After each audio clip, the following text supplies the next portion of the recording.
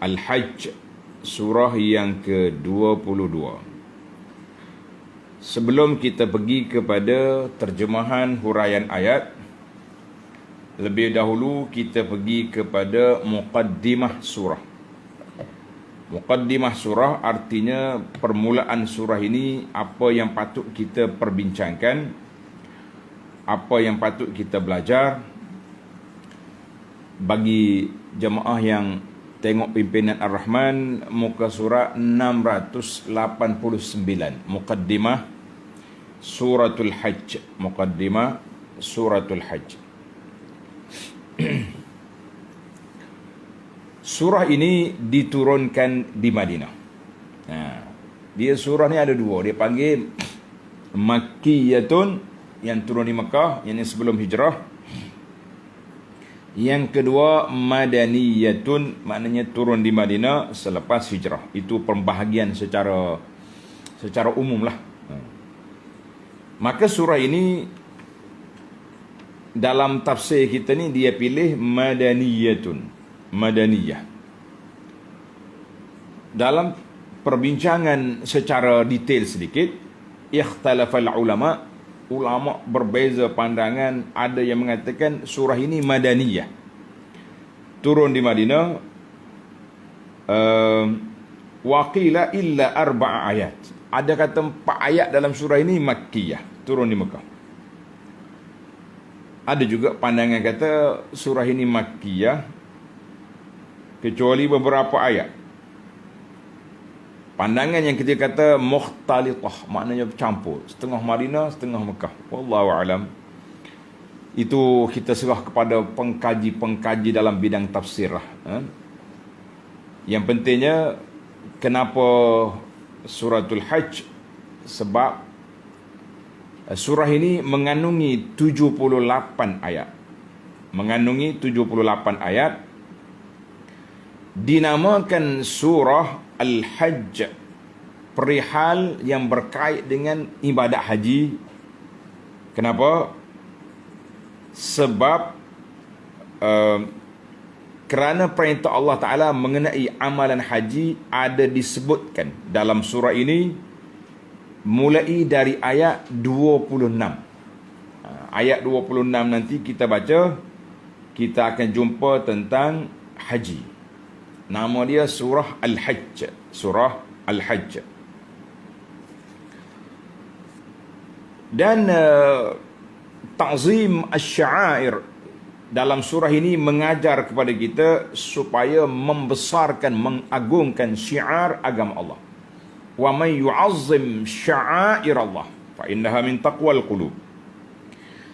Yang ketiga, ada menyebut tentang ta'zin Ibrahim. Nabi Ibrahim menyeru orang, wa azzim fin nasi bil hajj. Nabi Ibrahim selepas bina Kaabah dipanggilnya masyarakat, orang ramai supaya datang mengerjakan haji. Itu di antara sebab nama dia surah Al-Hajj. InsyaAllah bila sampai ayat 26 nanti kita bincang lebih detail lah, insyaAllah. Jadi surah ini diturunkan sebelum difardukan haji alal muslimin bil ittifaq. Sebab haji bila difardukan, khilaf ulama. Ada kata tahun yang ke-9, ada tahun kata yang awal lagi. InsyaAllah kita sampai di tempat dia, kita cuba perhalusi pandangan ulama dalam perbincangan ini. Baiklah para jemaah sekalian, adapun tasmiyah, menamakan surah ini dengan suratul Hajj, terdapat asar daripada Ibnu Abbas radhiyallahu anhuma. Ibnu Abbas kata apa? Fi suratil Hajj sajdatan.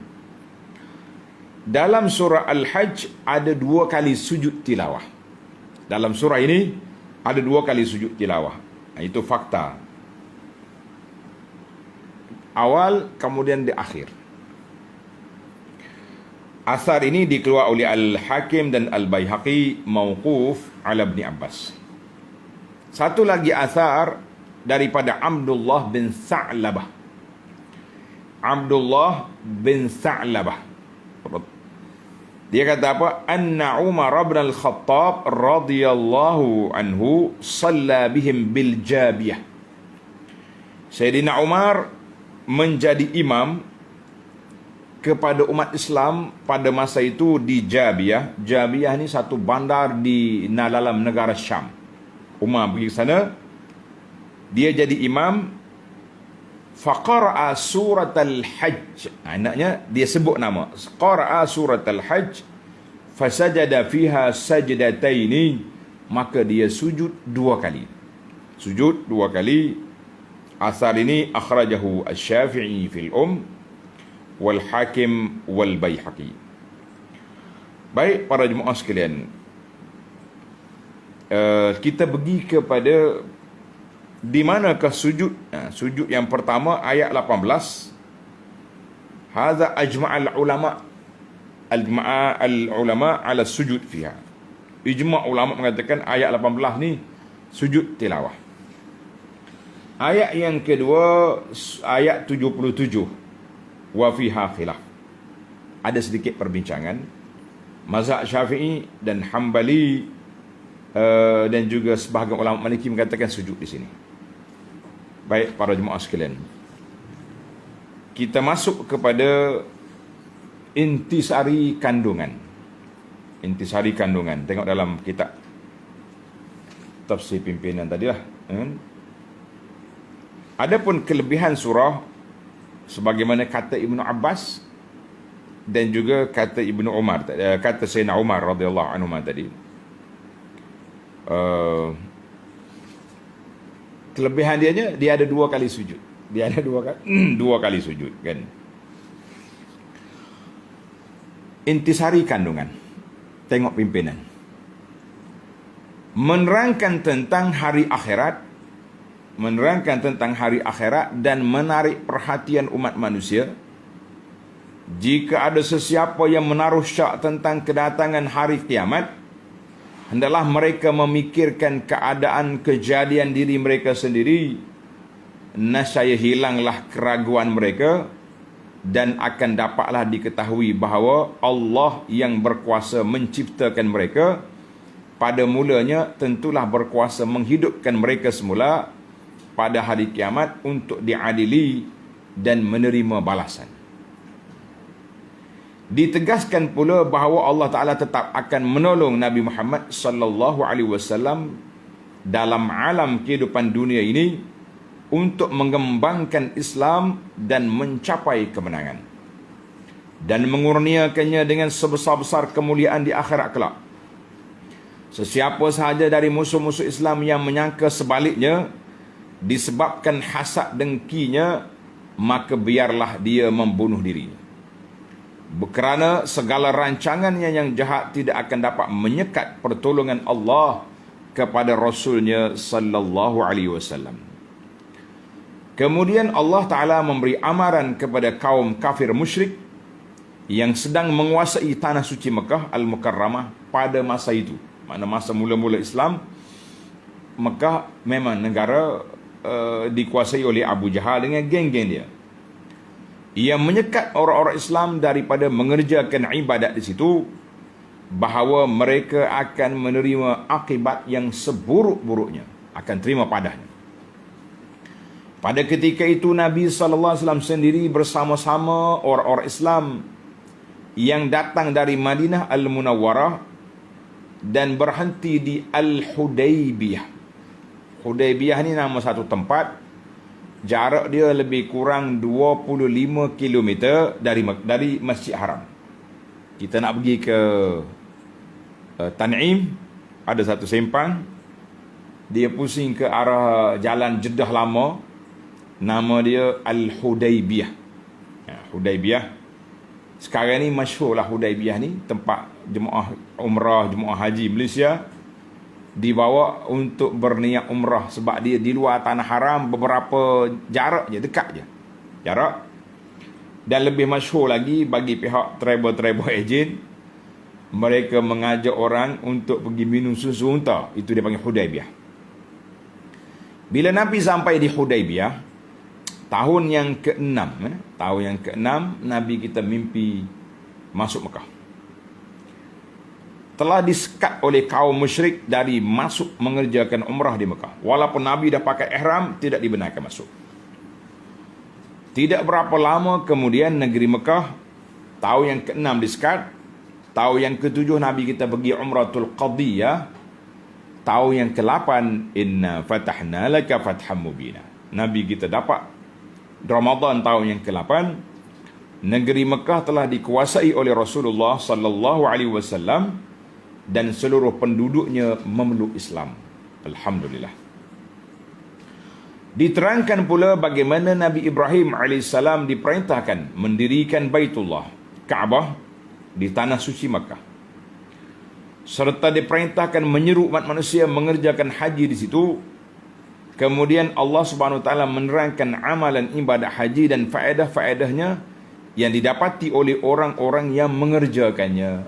Siapa dia pergi haji, liyashhadu manafi'a lahum, mereka akan dapat menyaksikan faedah manfaatnya. Oleh kerana Nabi sallallahu alaihi wasallam dan orang-orang Islam yang besertanya telah ditindas dengan kejam oleh kaum kafir musyrik di Mekah, sehingga baginda dan pengikut-pengikutnya terpaksa berhijrah ke Madinah. Dan oleh kerana kaum kafir musyrik tidak putus-putus mengancam dan menceroboh, maka baginda dan orang-orang Islam yang telah puas bersabar diizinkan oleh Allah menghunus senjata menentang pencerobohan itu. Umat Islam telah dipuji oleh Allah kerana mereka berjuang untuk menegakkan kebenaran. Dan sekiranya mereka memegang kuasa, nescaya mereka akan menjalankan hukum-hukum syariat Islam dengan sempurnanya. Suratul Haji ini diakhiri dengan memerintahkan supaya umat Islam berjihad, berjuang dengan bersungguh-sungguh mengerjakan suruhan-suruhan Allah dengan sempurna dan dengan ikhlas kepada Allah semata-mata, kerana Allah jualah sebaik-baik pelindung dan sebaik-baik pemberi pertolongan. Itu intisari surah Al-Hajj yang ada dalam kitab pimpinan. Maka para jemaah sekalian, adapun dari sudut maqasidus surah, objektif surah ini, min ahammi maqasidis suratil Hajj bayanut tauhid.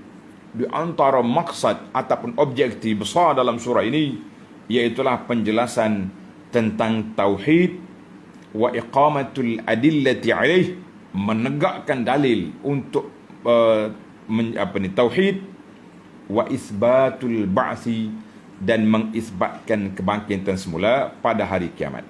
Bangkit semula pada hari kiamat. Maka di antara tajuk-tajuk surah yang orang panggil dalam surah ini, tadi kita sebut secara intisari. Jadi dalam surah ini dia panggil maudu'atis surah. Poin-poin utama dianya, Allah Ta'ala mula surah ini dengan arahan supaya bertakwa dan menyebut tentang ahwal yaum al-qiyamah, huru-hara pada hari kiamat, dan keadaan manusia apabila marinya kiamat. Yang kedua, menyatakan dalil tentang kebangkitan semula itu benar.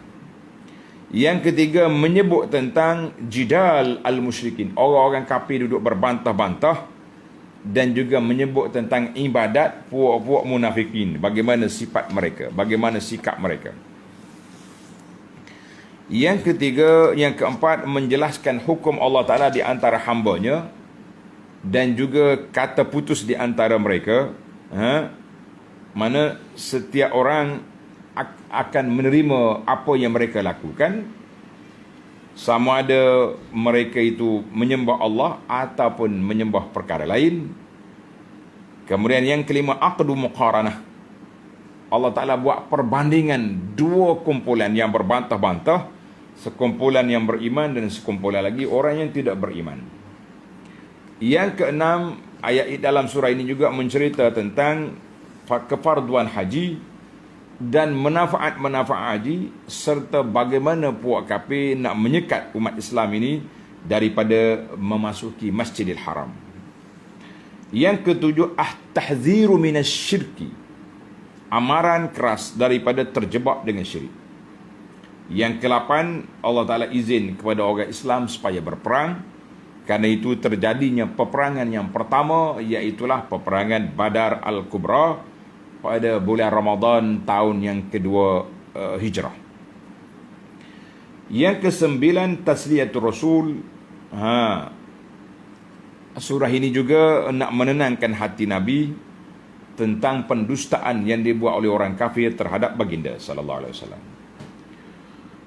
Yang ke-10, Allah Ta'ala buat ardu namazik, beberapa contoh-contoh tentang pendustaan orang-orang yang mendustakan nabi-nabi mereka sebelum Nabi kita Muhammad sallallahu alaihi wasallam, dan bagaimana penentang-penentang Nabi akhirnya dibinasakan.